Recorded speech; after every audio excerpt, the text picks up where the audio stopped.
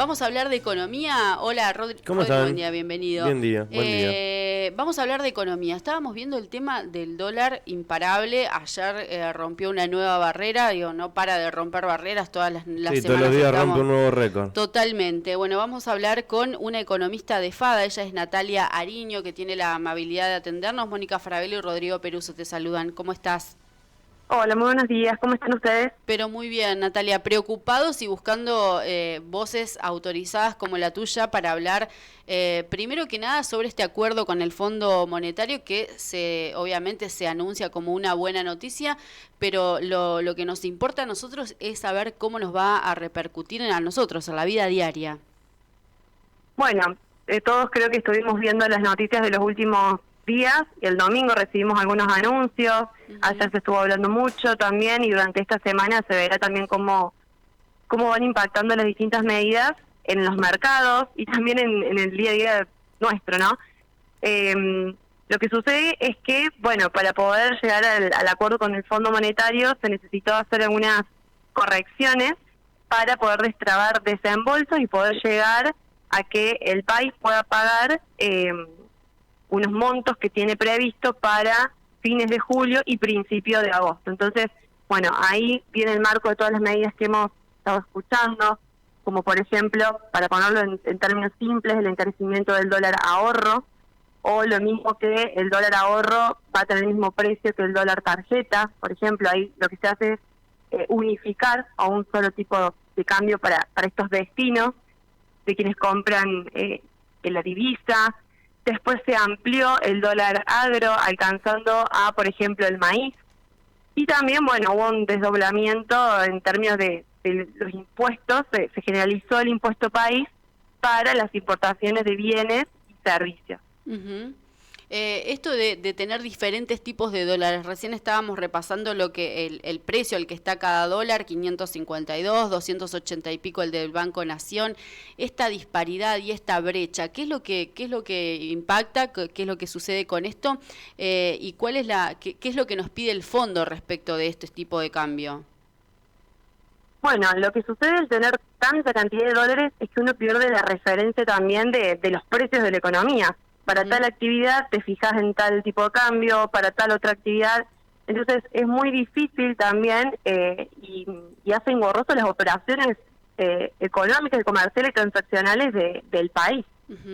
Para si querés ahorrar y podés acceder, porque no todos pueden acceder al dólar ahorro, está el precio.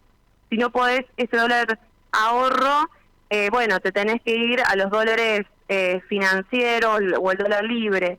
Sí. Si te vas de viaje, por ejemplo, te podés ir de viaje y haces un consumo con la tarjeta, tenés tal precio, cerca de los 490 o un poco más ya ahora, pero si te excedes de los $300 mensuales, bueno, ya ese es el dólar Qatar, que está por encima de los 560 pesos. Entonces, es muy difícil tener una economía ordenada con tantos precios, tantos tipos de cambio, a lo cual cada rubro o cada sector va viendo precios distintos.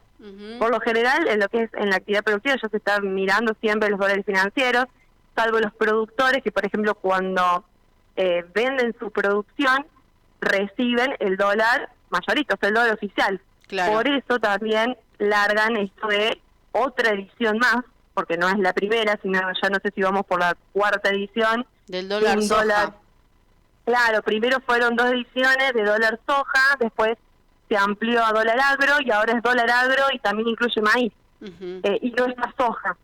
Y bueno, en este caso, por ejemplo... El dólar soja en el que no entra la soja, es increíble. Claro. Ya el nivel que hemos llegado, ¿no?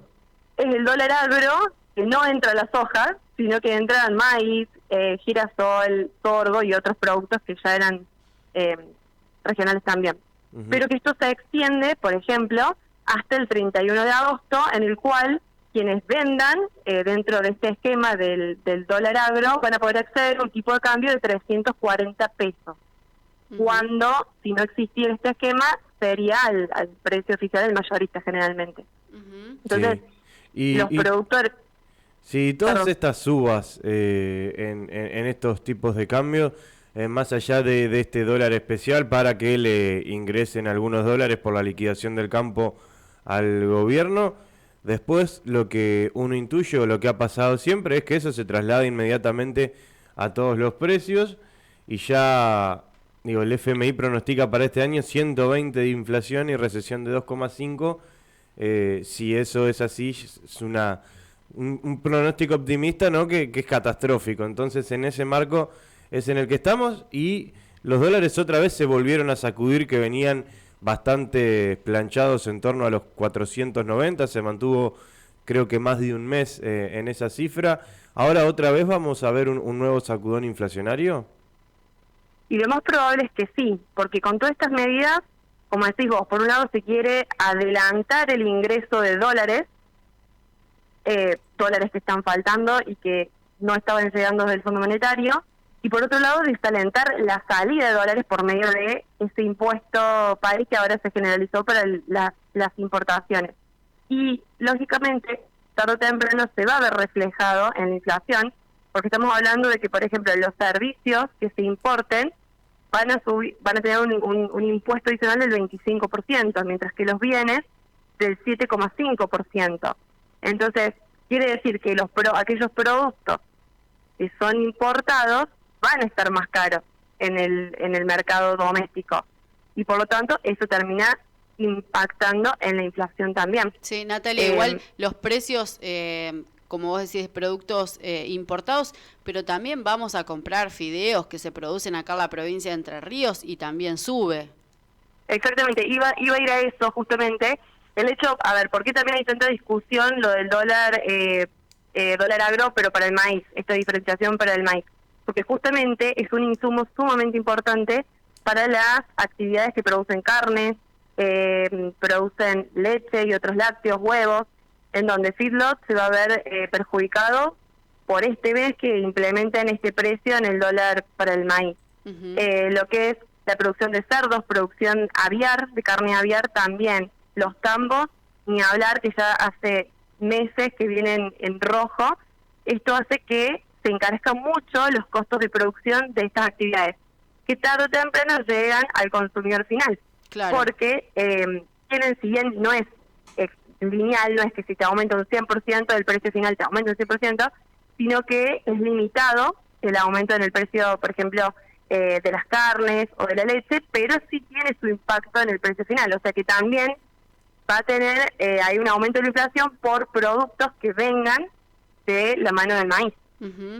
Qué difícil entender toda la situación, Natalia, digo, sobre todo cuando la realidad de la gente es ir al supermercado y ver lo que pasa ahí. Después escuchás, por ejemplo, al ministro de Economía hacer anuncios sobre medidas para diferentes sectores y demás, pero uno lo que vive es lo cotidiano. Así es, y además el otro tema es que estas medidas son parches, o sea, en definitiva es parche sobre parche para tratar de llegar a las elecciones o tratar de llegar a pagar una cuota al Fondo Monetario, pero no resuelve los problemas de fondo que tenemos en el país. Sí. Y además genera incertidumbre, por eso también vemos tanta volatilidad en los precios de los dólares, sobre todo los libres, y probablemente veamos mayor volatilidad cerca de las elecciones y post-paso, porque justamente empiezan a jugar las expectativas de todos sobre qué es lo que va a pasar, porque tampoco hay un plan económico claro que te diga, bueno, la economía va a ir por este lado, claro, o va a ir por el otro, y que todo se ajuste. Sí, sobre todo teniendo en cuenta que nuestro propio ministro de Economía es uno de los candidatos a ocupar la presidencia. Tal cual. Recién hablaban ustedes de que el FMI, creo que mencionaban que proyectaba una inflación para este año de 120. Sí. Y 120% queda corto, yo diría. Sí, yo creo que ya lo pasamos. Sí, por eso un pronóstico sumamente optimista. Interanual ya lo pasamos al 120. Claro, para este año por lo menos va a ser de 140%. Sí. Y ahí viendo, y sí para los próximos 12 meses, o sea, pensando de acá a julio del año que viene, se estima un 170%. Entonces, más que parches, necesitamos medidas que realmente solucionen todo el desbarajuste que tenemos en nuestro país y hacer correcciones de todas las variables macroeconómicas que ya no resisten más. De hecho, lo estamos viendo. Sí, Natalia, y en este sentido, muchos de los precandidatos aseguran que hay que unificar el tipo de cambio, casi que hay una unanimidad en ese aspecto, El tema es que nadie dice cómo lo van a hacer, ¿no? Nadie ha sido claro en, bueno, esto se hace de esta manera. Creo que salvo Milei, que dice que lo hace de una y a los golpes y como sea. Después el resto de los candidatos hace bastante agua cuando tiene que explicar cómo unificaría el tipo de cambio. ¿Cómo se puede hacer y qué consecuencias habría si se hace de una u otra manera? Y bueno, está todo tan desbarajustado y tan, como hablamos recién, parche sobre parche, que cualquier medida que yo creo que se tome va a tener implicancias negativas en el sentido de que, a ver, primero va a haber un sacudón y después va a tender a normalizarse las variables. Una forma es hacerlo, como vos decís, que dice Milei, de manera abrupta, y bueno, ahí va a haber probablemente una devaluación muy grande con todo lo que ya sabemos en nuestra historia económica, lo que implica una devaluación en todo, en los sueldos, en los precios, en todo. Y si no, después la otra cuestión es que sea más gradual. El tema es que el gradualismo hace por ahí que muchas veces se pierde el efecto de poder ir alcanzando esa convergencia en el tipo de cambio, porque si no te van surgiendo nuevos desequilibrios que son difíciles de atacar en diferentes momentos. Sí, te tienta el parche de nuevo, ¿no?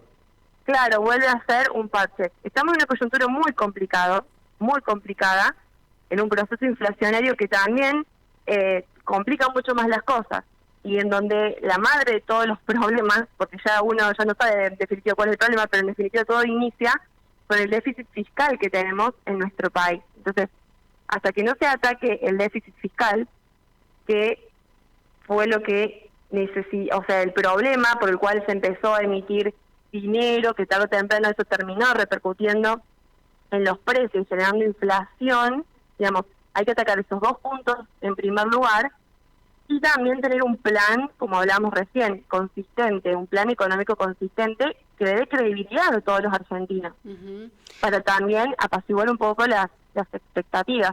Bueno. Entonces, arrancando por esos 3 puntos, debería ser el inicio de todo esto. El tema es que ya se han disparado para todos lados los problemas que ya es muy difícil de contener. Sí, sí, realmente es un escenario sumamente complejo y que ni siquiera quiero preguntarte sobre proyecciones porque entiendo que es muy difícil prever qué es lo que va a pasar esta semana, como para saber, bueno, qué va a pasar de acá a fin de año, con un año electoral encima, con el tema del Fondo Monetario también, digo, es realmente un escenario más que complejo.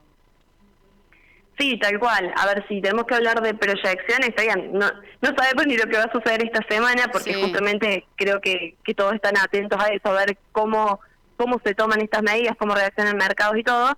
Pero bueno, las proyecciones más simples que podríamos estar pensando en la inflación de que hablamos recién, un 140% de piso para este 2023, un PBI que caiga este año por lo menos un 3%, y bueno, el dólar...